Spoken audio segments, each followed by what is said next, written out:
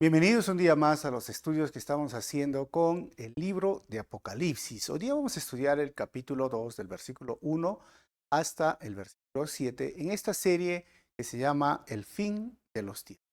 Y el título de este sermón es el mensaje de Jesús a la iglesia que perdió su primer amor.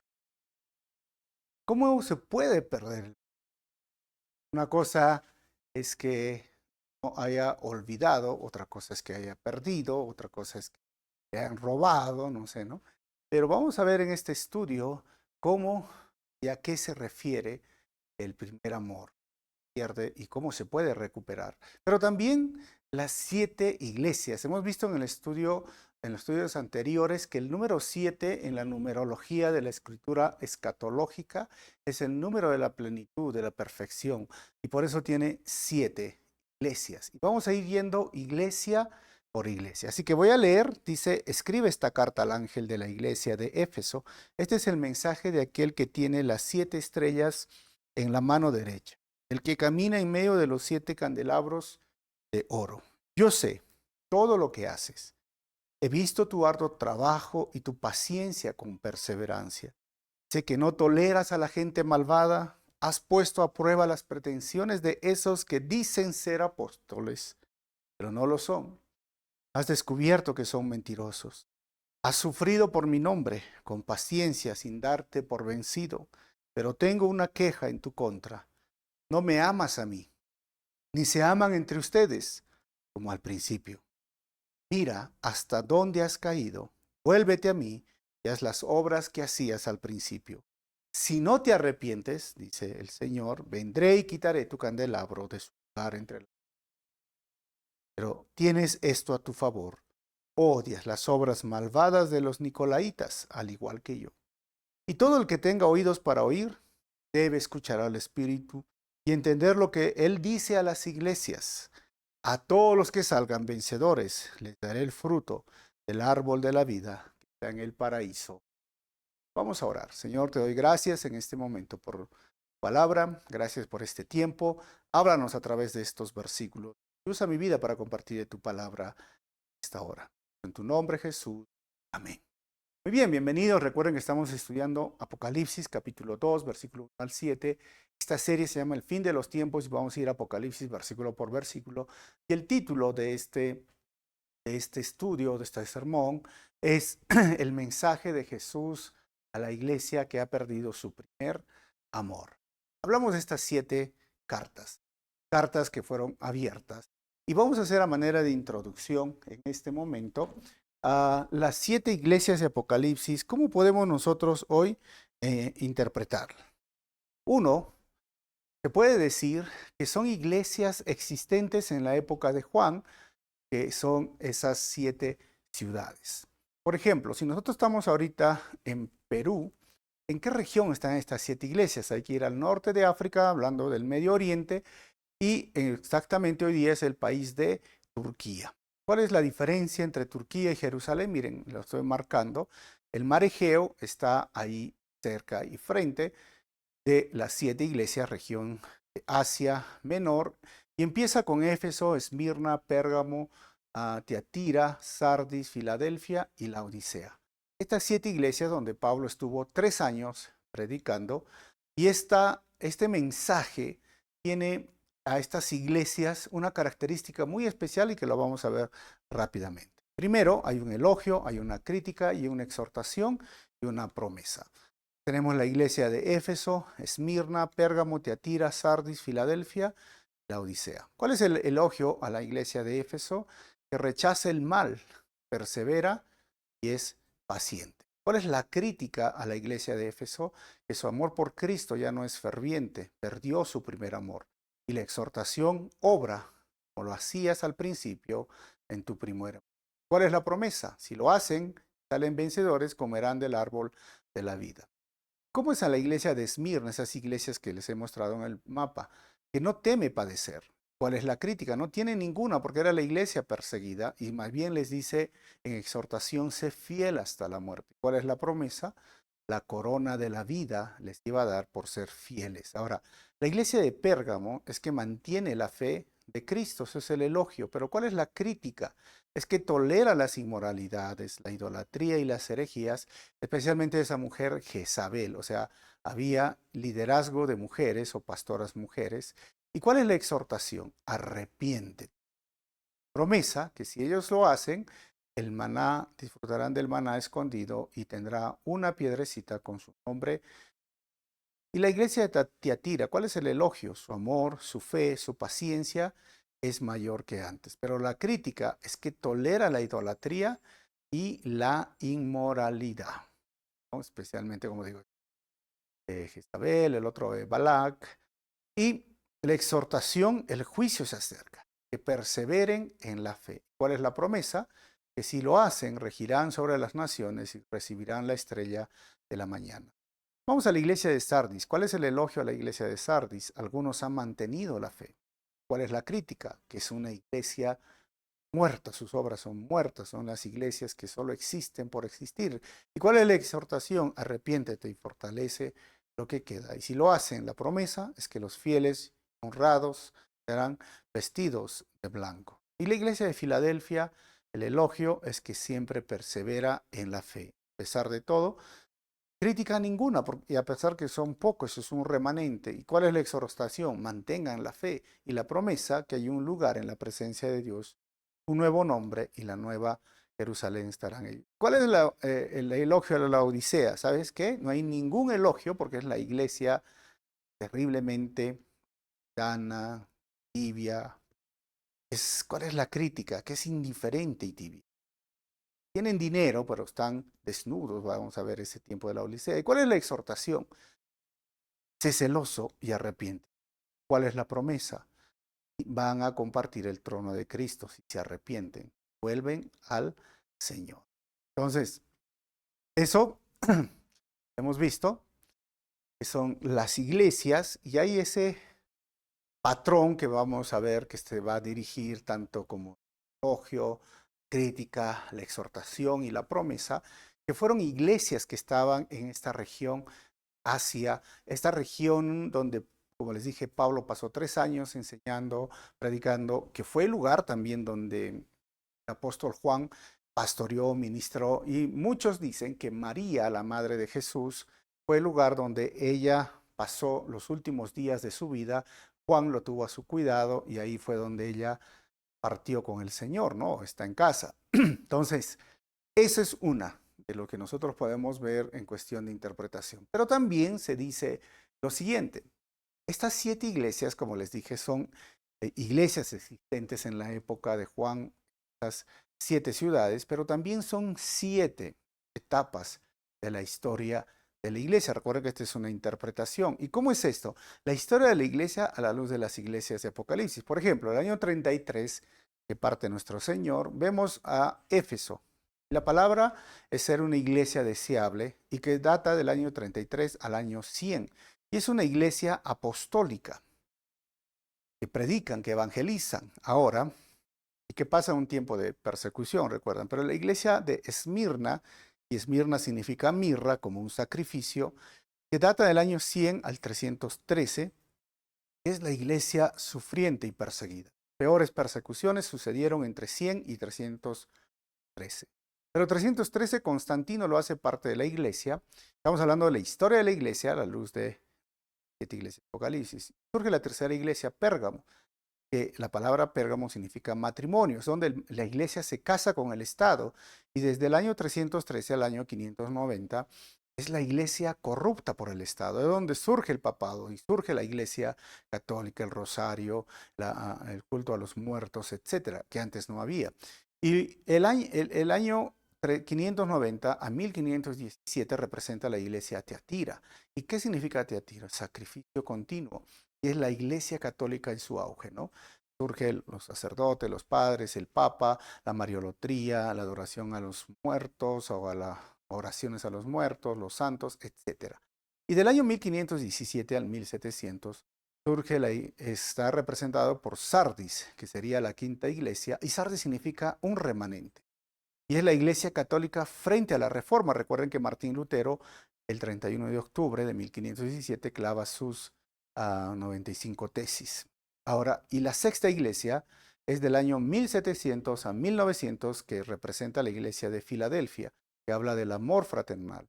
Y esta es la iglesia protestante, misionera y evangelizadora, que va a varios continentes, llegando a nuestro continente americano, misioneros desde el occidente.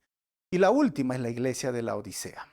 Y la Odisea habla de los derechos del pueblo, desde el año 1900 hasta que llegue el rapto o el arrebatamiento. ¿Y cómo es? Es una iglesia mundana o apóstata. Y eso es lo que enfrentamos el día de hoy. Y miramos esta interpretación a la luz de la historia de la iglesia. Saben, América, Europa, el mundo se ha vuelto tristemente así. Dinero, iglesias, ¿no? Algunos apóstoles, pseudoapóstoles, movimientos, pero no se han vuelto mundanos, es decir, están imitando al mundo y quieren hacer sus cultos, sus servicios y su predicación más cool, más light. ¿Y cómo podemos hacerlo más divertido? ¿Y cómo podemos hacerlo más atractivo? Esta es la polémica de muchos pastores y muchas. Hoy día a veces leo comentarios o leo artículos por el internet. ¿Cómo podemos alcanzar a la próxima generación, la generación Z, la generación A o B, todo? ¿Cómo podemos alcanzarlos? Hay que hacerlo más atractivo. Esto lo vamos a ir viendo cada iglesia. Y cuando lleguemos a la Odisea vamos a profundizar más. Estamos haciendo la introducción. Esta sería nuestra tercera introducción de este libro Apocalipsis. Ya hice en el capítulo 1, lo hice en el primer sermón, el segundo sermón, este es el cuarto sermón, y especialmente a las 7 iglesias. Entonces, seguimos con la introducción. Ya hemos visto que son iglesias existentes en la época de Juan, en esas 7 ciudades, que son 7 etapas de la historia de la iglesia, ya les he dicho de qué edad a qué edad, pero la tercera interpretación es que son 7 clases de cristianos que existen en cada época. ¿Y cómo serían esto? ¿Cuáles son las 7 clases de cristiano? Éfeso representaría al cristiano que ha perdido su primer. Los cristianos ya no aman a Dios, ni aman a su prójimo. Y eso hay en toda época. Segundo, Esmirna representa a la iglesia que están siendo perseguidos. Hoy día hay muchos millones de cristianos que están siendo perseguidos. Tercero, Pérgamo representa a los cristianos que no les gusta la sana doctrina y que viven en inmoralidad y les gusta el mundo, o diríamos cristianos mundanos o carnales que les gusta vivir en esa situación. Y cuarto, la iglesia de Teatira es que no tienen discernimiento, son cristianos que ni buscan santidad y creen más en revelaciones que la Biblia o que la palabra de Dios y se dejan pastorear por una mujer. O sea, a ellos les importa lo que les diga la profecía, la profeta, la mujer, la pastora. Estos son cristianos el día de hoy. Y luego están la iglesia de Sardis, que están muertos en sus acciones, o se les llama los cristianos nominales. Son cristianos, pero no son cristianos por nombre. Sexto, Filadelfia, son pocos, pero son fieles y obedientes y les gusta la sana doctrina. Esos sexto tipo o sexta clase de cristiano. Y séptimo representa la Odisea, que son cristianos que son indiferentes, indiferentes a la misión de Dios, indiferentes a, o sea, tienen muy buena economía, pero están ciegos y desnudos espiritualmente. Y la Biblia los llama tibios, tibios, frío ni caliente. Tienen dinero. O sea, también son 7 clases de cristianos que han existido siempre. Tú puedes ver, decir, oye, ¿cuál está hablando de mí? Sí, ¿dónde te identificas? Yo quiero identificarme. Texto. Calvary no es una iglesia muy grande, quizás sí es grande y está creciendo. Queremos ser fieles a la palabra, obedientes a la palabra. No somos la iglesia perfecta, pero queremos ser fieles al Señor, obedientes al Señor, guardarnos en nuestra santidad. Y tengamos cuidado, ¿no? Porque esos 7 clases de cristiano también son descritos y se puede interpretar en las 7 iglesias. Eso lo vamos a ir viendo paso a paso en este cartas. Estamos haciendo nuestra introducción. Ahora, la estructura de las cartas, seguimos con la introducción, obedece a un patrón definido. Primero, hay una encomienda para el ángel o mensajero de la iglesia que se menciona. Segundo, hay una descripción del carácter de Cristo. En todas las iglesias vamos a ver esto. Tercero, hay una alabanza o elogio a las buenas cualidades, excepto a Sardis y la Odisea. Estas eran las iglesias terribles y lo vamos a ver más adelante. Y cuarto, hay una censura general o reprensión o una crítica, a excepción de Esmirna y Filadelfia, y lo vamos a ver por qué. Ahora, quinto, hay una corrección o advertencia con varios imperativos. Y sexto, hay un reto o desafío repetido 7 veces. A partir de la cuarta carta, el reto sigue a la promesa pacto. Y séptimo, hay una promesa de pacto, que es una faceta del mismo Cristo y un regalo, una bendición, una promesa para cada miembro de su cuerpo. ¿Okay? Entonces, haciendo esto, vamos a ver nuestro bosquejo. Vamos a usar ese sistema, por eso lo puse, el mensaje a la iglesia de Éfeso de parte de Jesús. El 1a, dedicatoria a Jesús. 1b, descripción de Jesús. Del 2 al 3, primer elogio de Jesús. Versículo 4, la crítica de Jesús. Versículo 5, la advertencia de Jesús. Versículo 6, segundo elogio de Jesús. Y 7, promesa final de Jesús. Así que vamos a empezar leyendo. Dice el versículo 1. Escribe esta carta al ángel de la iglesia de Éfeso. Interesante, ¿no? Estamos, como le dije, un poco tome tiempo, pero es la introducción para todas las 7 cartas. Y escribe esta carta. Juan está en la isla de Patmos. Juan está recibiendo esta revelación. Juan ahora empieza a escribir. ¿Quién? El ángel. ¿Y quién es el ángel? Miren, cuando Juan está en este lugar, el ángel de la iglesia de Éfeso, en otras palabras, dice, escríbele al mensajero, ¿no? Este ángel puede ser el pastor de la iglesia. Hemos visto esto en Apocalipsis 1:20. O es un ser angelical que está viendo las obras de la iglesia en Éfeso, pero independientemente de esto, la carta no está escrita al representante, al ángel, al mensajero, sino toda la... Ahora, algunas personas dicen, pero el ángel puede ser descrito como el pastor. Recuerden que hemos estudiado en Hebreos cuando dice que seamos hospitalarios, porque algunos han hospedado hasta ángeles. No significa que los ángeles han venido, puesto, sino que está hablando una referencia por Apocalipsis y otros textos del representante, del pastor, del Señor, ha puesto a sus siervos. Por eso en la Biblia siempre habla que los pastores, los ancianos deben ser respetados, deben ser considerados, deben ser también apoyados por la iglesia, remunerados y sobre todo deben orar por su pastor. O sea, es muy importante la labor que tiene este ángel, porque él dice 7 iglesias, las 7, Jesús mismo dijo, las 7 lámparas o candelabros que había son las 7 iglesias.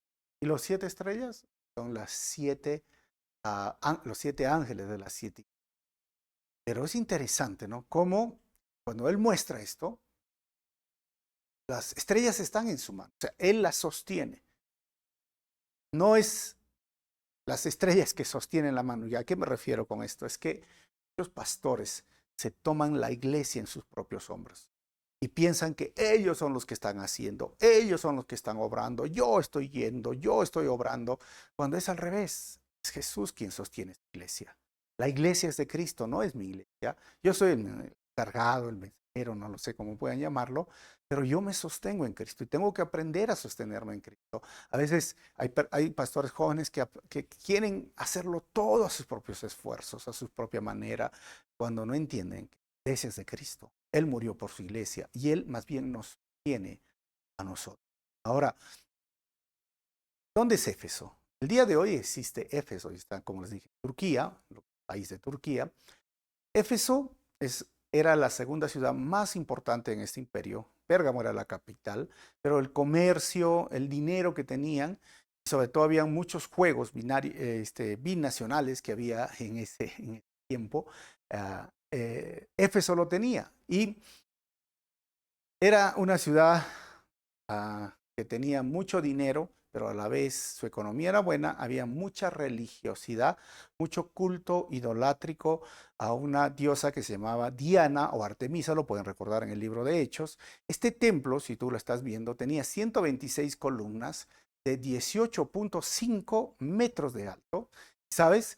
era este templo de Artemisa, se practicaba la prostitución idolátrica, había mujeres que se ofrecían como prostitutas idolátricas para que los hombres hagan su culto, tenía como 86 columnas bañadas de oro y medía entre 130 con 65 metros la circunferencia. ¿Y quién era Artemisa? Hoy día este templo solo hay ruinas, uno lo puede ir y visitar, pero Artemisa era un tipo así como de ídolo, pero que se consideraba que tenía muchos pechos, bustos, ¿no?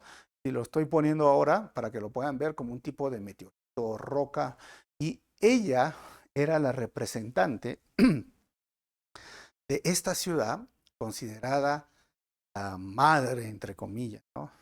Naturaleza, de la lluvia, de la fertilidad. Y entonces cuando Pablo llega a predicar, ustedes se acuerdan que hubo un conflicto con un tal Demetrio, ¿no? Un platero, uno que hacía, un orfebre, uno que hacía estas estatuas, estos ídolos. Y ese conflicto se originó por la predicación bíblica. ¿Y qué más dice el libro de Hechos que hemos estudiado y está grabado también, que lo puedes ver? Porque cuando Pablo llega, el evangelio crece y la gente empieza a dejar sus libros de magia, porque era mezcla, siempre existe la idolatría con brujería, ¿no? Idolatría con brujería. Esto era curioso porque recuerden, hasta el día de hoy en nuestro país sucede lo mismo. Aquellos que dicen que adoran a la cruz o el Sagrado Corazón de Jesús o a María o una estatua, también les gusta la brujería, también hacen brujería, hacen amarres, también les gusta, ese es un tipo de sincretismo. Siempre ha habido, siempre habrá en nuestro mundo. Pero ¿qué sucedió? Dejaron la brujería. Estos ídolos lo dejaron y este hombre hizo un conflicto y Pablo fue en medio de todo esto. Casi lo matan a Pablo, recuerdan. Entonces, una ciudad, buena economía, con buena situación geográfica, con esta religiosidad, esta mundanalidad, esta impureza que había, y es más, había personas que estaban saliendo de ese lugar, confundiendo a muchos cristianos. Por eso es que Timoteo y Tito se dirigen a estas iglesias en sus cartas y dicen, tengan mucho cuidado con estos falsos profetas. Apolos, Aquila y Priscila predicaron y salieron de ahí. Pablo se quedó, como les dije, 3 años. O sea, realmente esta región tiene mucha representatividad dentro de las cartas, de las epístolas que estamos hablando en la iglesia y en el libro de Hechos. Así que ahí fue dirigida esta carta. Ahora, segunda parte, 1b. Este es el mensaje de aquel que tiene las 7 estrellas a mano derecha. El que camina en medio de los 7 candelabros. Hemos visto el estudio pasado cuando Juan escribe esta revelación. ¿Y a qué se refiere? A Jesucristo. Cabello blanco, una túnica blanca, una banda de oro, las 7 estrellas en su mano, 7 candelabros. ¿Y quién es?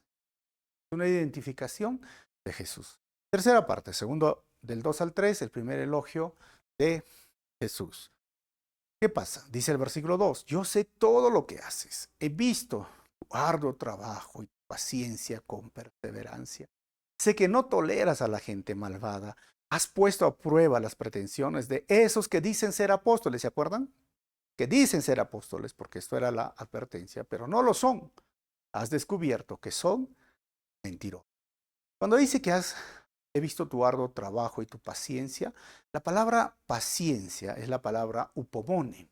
Esta palabra upomone es la que se usaba, ahora que tenemos los Juegos Olímpicos, cuando agarraban estos que levantaban pesas, creo que tiene que estar como 5 segundos, si no me equivoco, corríjame, pero levantar y decían upomone, upomone, upomone, no paciencia. ¿Qué significa? Que era una palabra, tiene que relación con perseverar o con superar, con salir adelante. Y no es paciencia como lentitud, ¿no? Porque hoy día se usa paciencia. ¿Qué significa? Esa persona es paciente porque come despacio, hace sus cosas lentas, es paciente. No, la paciencia es la virtud de soportar, pero para ganar.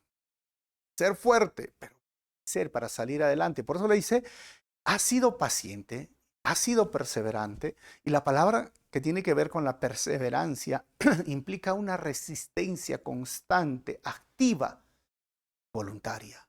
Y esa característica es tan importante en Éfeso y en cada cristiano. ¿Sabes, hermano? La fe, arduo trabajo, sin paciencia y perseverancia, no es fe que salva. Así que mira cómo está tu fe, porque la fe sin obras es muerta, nos dice Santiago. Y esta perseverancia tiene que ver con la resiliencia. Hay una película hoy día que se llama La Sociedad de la Nieve, nos habla de cómo perseveraron, cómo sufrieron. Pero esa es la idea, ¿no? De cómo avanzar para ganar, cómo salir adelante en medio de las dificultades. La fe que salva es la fe que persevera, es la fe que tiene paciencia, fe obra o que tiene un trabajo. Por eso Hebreos 2, capítulo 12, versículo 1 al 2 dice, por lo tanto, ya que estamos rodeados por una enorme multitud de testigos de la vida de fe, démonos todo peso que nos impide correr, especialmente el pecado que tan fácilmente nos hace tropezar, y corramos con perseverancia la carrera que Dios nos ha puesto por delante. Esto lo hacemos al fijar la mirada en Jesús, el campeón que inicia y perfecciona nuestra fe. Debido al gozo que le esperaba, Jesús soportó la cruz, sin importarle la vergüenza que ésta representaba. Ahora está sentado en el lugar de honor junto al trono. Perseveramos no para llegar a ser salvos, sino perseveramos porque somos salvos. Y siempre nos ha hablado la Biblia como llegar a la meta. No es donde empezamos, sino cómo terminamos. Y la forma de perseverar y ser paciente y tener algo trabajo y llegar ese día y recibir una corona, un premio, o disfrutar del árbol de la vida, y estar en el paraíso, es que avances, como dice Hebreos. Pero lo que impide que tú sigas avanzando, ¿sabes qué es? El peso del pecado. No puedes agarrar y querer pretender terminar tu carrera, tu bulto de pecado, con tu gran pecado. Tienes que quitarte ese pecado porque nuestro objetivo es terminar nuestra carrera, o como dice la Biblia, el que persevere hasta el fin será salvo, hasta el día que el Señor nos lleve. Ahora, el texto también dice, has puesto a prueba las pretensiones de esos que dicen ser apóstoles, pero no lo son. Has descubierto que son mentirosos, ¿no? Hay una película que habla sobre los falsos apóstoles, que lo único que les importa es el dinero. Y esto ya lo hemos visto en Timoteo y en Tito, cómo se evidencia un falso apóstol. Y poner a prueba, en ese contexto, y en el griego, era la palabra dokimazo, o dokiminion, o dokimasia, que significaba que es una construcción metafórica para comprobar si algo es genuino mediante el fuego. Cada uno de nosotros tenemos esta responsabilidad de poner a prueba si ese mensaje, si ese predicador, si esa predicación, si esa página web, si en las redes sociales podemos encontrar muchas cosas. ¿Cómo lo sé? Te voy a hacer un pequeño resumen. ¿Habla más de Cristo o habla más de su persona? Si habla más de su persona, falso apóstol. Exalta la palabra de Dios, habla más de la palabra de Dios o habla de sí mismo. Si habla de sí mismo, no. Mira, no está siempre predicando del dinero, está predicando de la palabra de Dios. Pero si predica más del dinero, ten mucho cuidado, mucho. ¿Y qué más? Busca las revelaciones, habla de revelaciones, habla que Dios le habló, que le dijo, que le reveló, que le mostró, y no muestra la revelación especial que es la palabra de Dios. Entonces ten cuidado con esa persona, mucho cuidado. ¿Y qué más? ¿Sabes? Se aprovecha. Y le gusta vivir en lujos, le gusta aprovecharse y vive en un tipo de autoritarismo. Ten mucho cuidado porque debemos ser siervos. O sea, hay que probarlos, como se prueba por fuego. O sea, hay que, como si se pone bajo presión, esta es nuestra responsabilidad. Ellos lo hicieron. Esta iglesia lo hizo. Y es más, Pablo les advirtió en Hechos capítulo 20, versículo 19, dice, sé que después de mi salida vendrán en medio de ustedes falsos maestros como lobos rapaces y no perdonarán el rebaño. Incluso algunos hombres de su propio grupo se levantarán y distorsionarán la verdad para poder dar seguidores. Estos son falsos. ¿Y de dónde salen los falsos? De en medio de nosotros. ¿Y qué más? Les gusta dividir iglesias. gusta ocasionar problemas. Esto tenemos que tener mucho cuidado. Ahora, versículo 3 le dice, has sufrido por mi nombre con paciencia sin darte por vencido. Otra vez, la iglesia sufre, pero la iglesia tiene paciencia y persevera. Y el sufrimiento, ¿sabes? En medio de este contexto, los llevaban a los circos romanos, la iglesia era fiel en medio de las circunstancias, persecuciones, y no habían negado a Cristo, ni le habían, ah, ah, ni se habían cansado de hacer el bien. Y Gálatas 6:9 y Hebreos 12:13 y Santiago 5:7 al 8 nos habla cómo eran animados de este sufrimiento. Número 4, crítica de Jesús. Eso es algo bueno, pero miren cómo le dice Jesús, pero tengo una queja en tu contra. No me amas a mí, y se aman entre ustedes. Si tienes la Reina Valera u otra versión, dice, has perdido tu primer. Y esto es interesante, ¿no? Porque algunos piensan, hoy han perdido el primer amor, ¿y cómo se pierde el primer amor? Pero la NTV lo ha traducido de la forma que ya está correcta, o sea, esa es la verdadera interpretación. ¿Qué significa? No me amas a mí, aman entre ustedes. Eso es perder el primero. Eso es no amar. Al principio quizás amaba a Dios, amaba a su pueblo, pero pasa el tiempo. Tu carácter, temperamento, tu personalidad empieza a chocar con uno, con otro. Y vienen, ¿cómo uno puede volverse así? Mira, podríamos decir por tres cosas muy interesantes. Uno, por demasiado celo, demasiado cuidado, porque habían falsos apóstoles. Y a veces es triste que las personas dicen, no, tenemos que cuidar la doctrina, la sana doctrina, el reglamento y la ley, la constitución y el estatuto. Y se vuelven, miren así, tan amantes o aman más la doctrina, el estatuto que a Cristo. Y eso hace que no amen a Cristo ni amen al prójimo. ¿Y qué más? El otro en los cuidadores de la santidad, ¿no? Que se vuelven rígidos, están siempre observando, están siempre pendientes de cualquier error, de cualquier cosa, de cualquier vestimenta, de cualquier canción, y se vuelven tan rígidos que caen a un extremo legalista y que ya no muestran el amor de Cristo y ya no aman a Cristo. Supuestamente son porque son celosos de Dios, no representan a Cristo ni a Dios, menos aman a su hermano. El otro, justamente, tiene que ver con este tipo. Y mira, ¿sabes qué? Esta es la iglesia, esta es mi iglesia, y son tan sectaristas y no dejan que nadie entre a su grupo si no cumplen sus requisitos, si no están de acuerdo con esta persona, si no se visten igual, si no se... O sea, este tipo de sectarismo ha hecho que ya no ames a Dios, que ames a prójimo.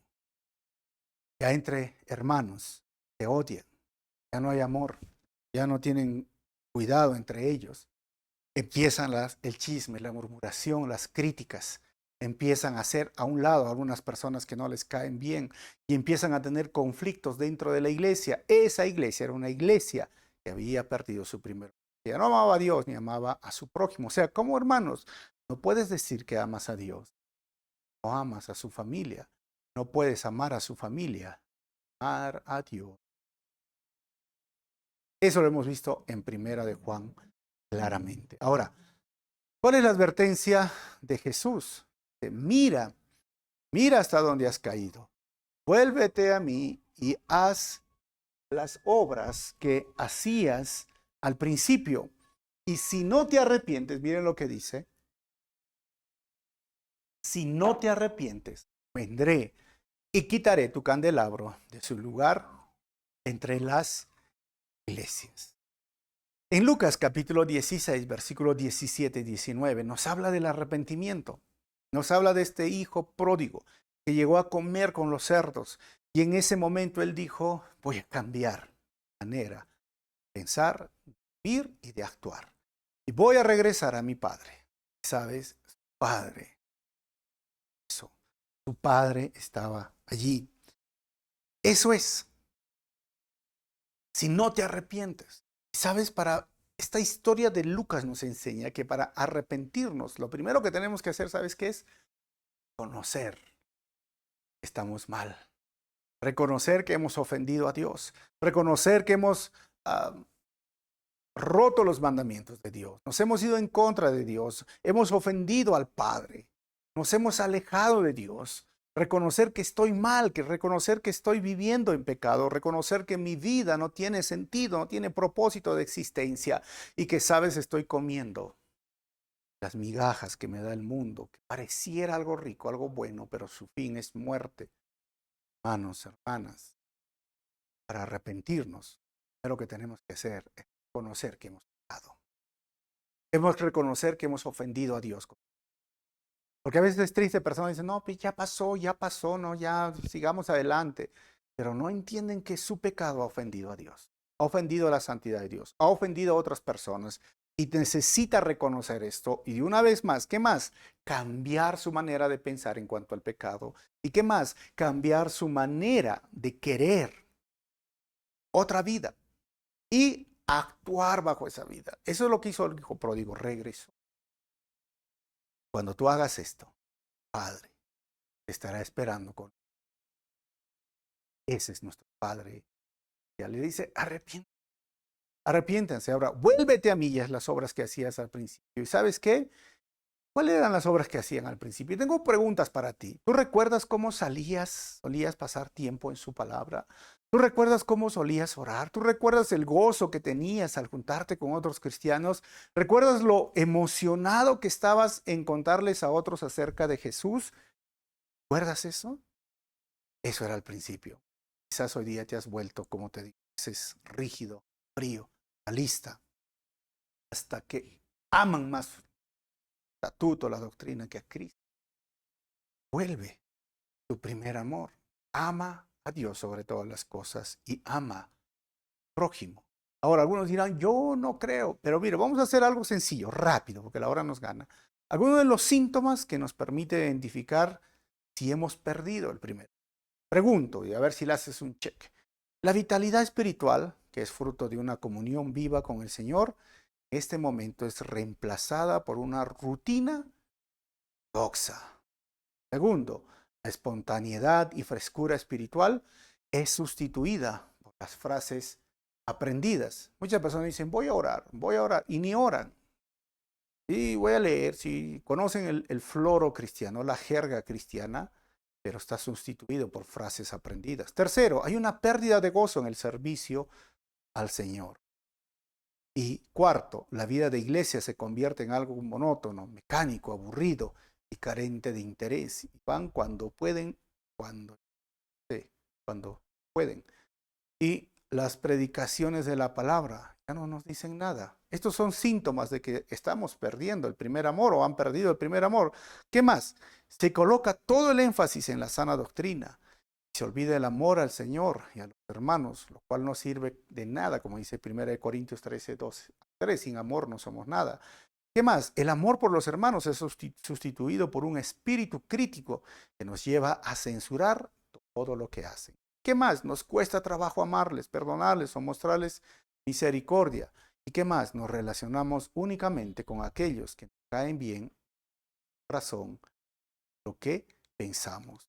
¿Qué más? Hay un enfriamiento en la vida espiritual que se manifiesta en la falta de oración y comunión auténtica con el Señor. Son personas que ya no oran, son personas que ya no tienen devocionales. Ahora, esto nos lleva a centrarnos en nosotros mismos y a nosotros nos complace. ¿Y qué más? Hay un olvido de los demás y sus necesidades y se abandona la evangelización. Ya no predican, ya no evangelizan y se pierde la sensibilidad y somos incapaces de soportar la más mínima crítica. No son los cristianos de porcelana, como se les dice. No nos puede llamar la atención. Y finalmente, en muchos casos, todo esto da lugar a divisiones dentro de las iglesias. Pueden ser, sí, firmes, persevera hasta el fin, serás salvo, yo si vos, pero sabes, son personas que no tienen amor. Ya no hay esa espiritualidad. Ya no hay ese amor. Por eso Corintios decía, ¿no? Corintios 13, sin amor, ¿de qué sirve? De conocimiento. Tener dones espectaculares, sobrenaturales. Mira, hasta yo dar mis ofrendas o mi cuerpo para ser quemado. Quiera los misterios, pero no tengo amor. ¿Amor a quién? A Dios, a su prójimo o al prójimo. Amor a Dios, a su familia. Sin amor, hermanos, hemos visto en Primera de Juan, dices que debes amar. Así que regresen. Ahora, ¿qué más dice el texto? El texto dice, si no te arrepientes, porque tienen que arrepentirse, vendré y quitaré el candelabro de su lugar entre las iglesias. Porque cuando su candelabro sea quitado, hermano, ellos podrían continuar como una organización, pero ya no como una verdadera iglesia de Cristo.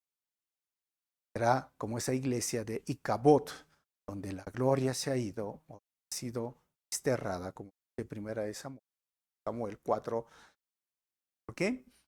Ya no hay fuego, ya no hay pasión. Es una iglesia conflictiva, dividida, con problemas. Ya no está obrando el Espíritu Santo. Tengamos cuidado de no ser esta iglesia. ¿Sabes?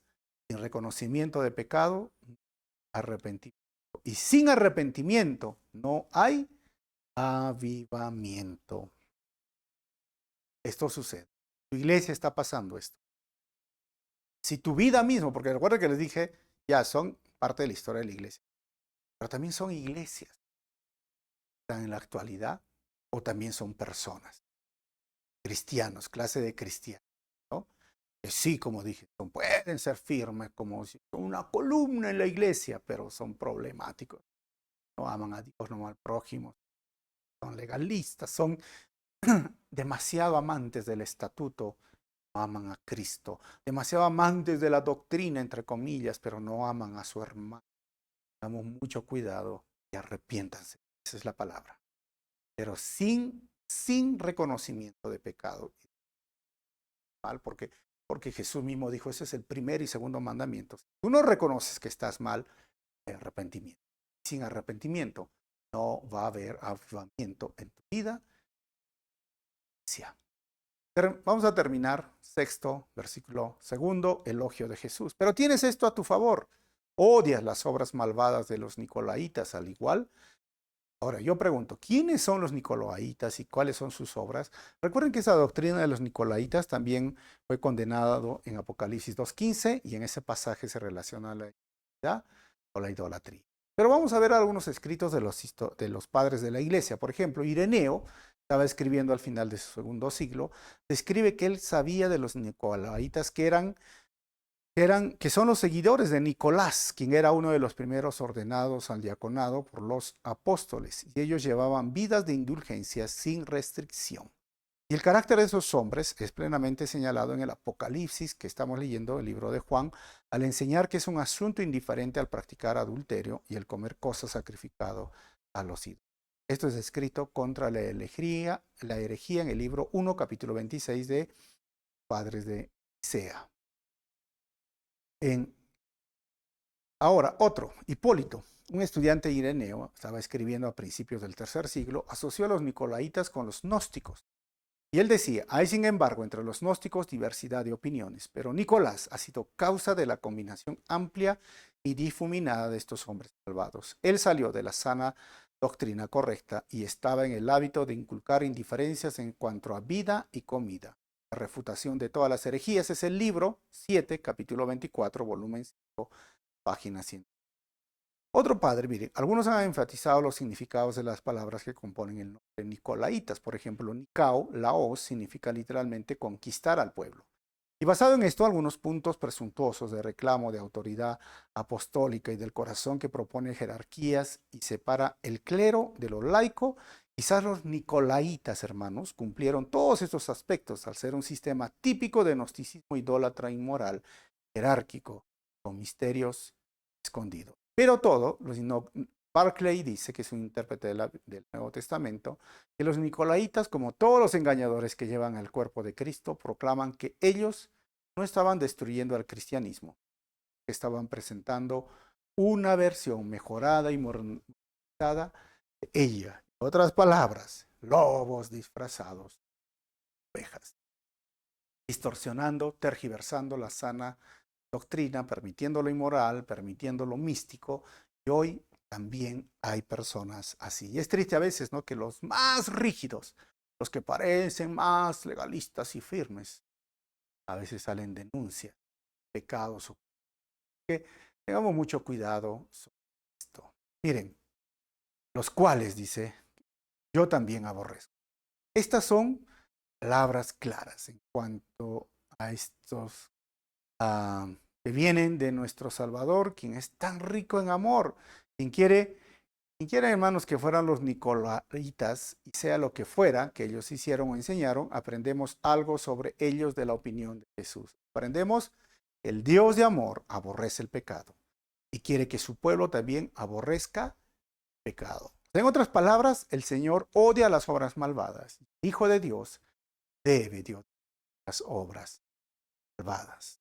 Terminamos. Promesa final de Jesús. Y todo el que tenga oídos para oír debe escuchar al Espíritu y entender lo que Él dice a las iglesias. A todos los que salgan vencedores, les daré del fruto del árbol de la vida que está en el paraíso. Ojo, dice, todo el que tenga oídos para oír debe escuchar al Espíritu, entender lo que Él dice a las iglesias. Teníamos hace mucho tiempo a un comentarista que decía, deportivo, oído a la música. O sea, presta atención. Es el tiempo de aprender a escuchar a Dios. No escuches la sociedad, no escuches las canciones menos que no hablan ni glorifican a Dios, ni las opiniones de tus amigos que no temen a Dios, ni la filosofía de este mundo. Escucha a Dios, escucha al Espíritu. ¿Y qué dice el Espíritu? Todos los que salgan vencedores, daré del fruto del árbol de la vida, ¿verdad? En el paraíso de Dios. Esta foto fue icónica en estas Olimpiadas. Es como, ese es el vencedor, voy a salir vencedor. A veces pensamos en eso, ¿no? Pero ¿sabes? Lo que está diciendo que para estar en el paraíso y disfrutar el fruto del árbol de la vida, debes de vencer la frialdad de la relación con Dios en tu corazón y la falta de amor a tu prójimo. Eso es lo que tienes que vencer. Tienes que salir adelante. Está bien, no estamos negando que cuidar la sana doctrina, cuidar la santidad de la iglesia, la santidad de Dios, mi vida, no. Pero debemos amar a Dios sobre todas las cosas y amar al prójimo y mantener un buen equilibrio y balance. Y eso es lo que tenemos que vencer. No es en el término, oh, yo voy a salir campeón, saca el campeón de ti, sale el vencedor y el vencedor tendrá el fruto. No, si tú vences la frialdad en tu corazón, tú dejas de pelear con tu prójimo, con tu hermano, si tú dejas de ser indiferente con este prójimo, si tú tienes que empezar a amar aunque no esté de acuerdo contigo, y a veces estamos de acuerdo que no estamos de acuerdo, y poder mantenernos en unidad, en amor, en adoración al Señor, y ser esa iglesia viva, ¿sabes? Si tú vences eso, estarás en el paraíso, el árbol.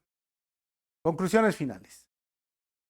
Número 1, que hemos visto el día de hoy, la fe sin arduo trabajo, obras, impaciencia y perseverancia no es una fe que salva. Y número 2, lo que hemos visto el día de hoy, la fe que salva es aquella que no la fe que salva es aquella que no ha perdido su primer amor, que ama a Dios y que ama a la familia.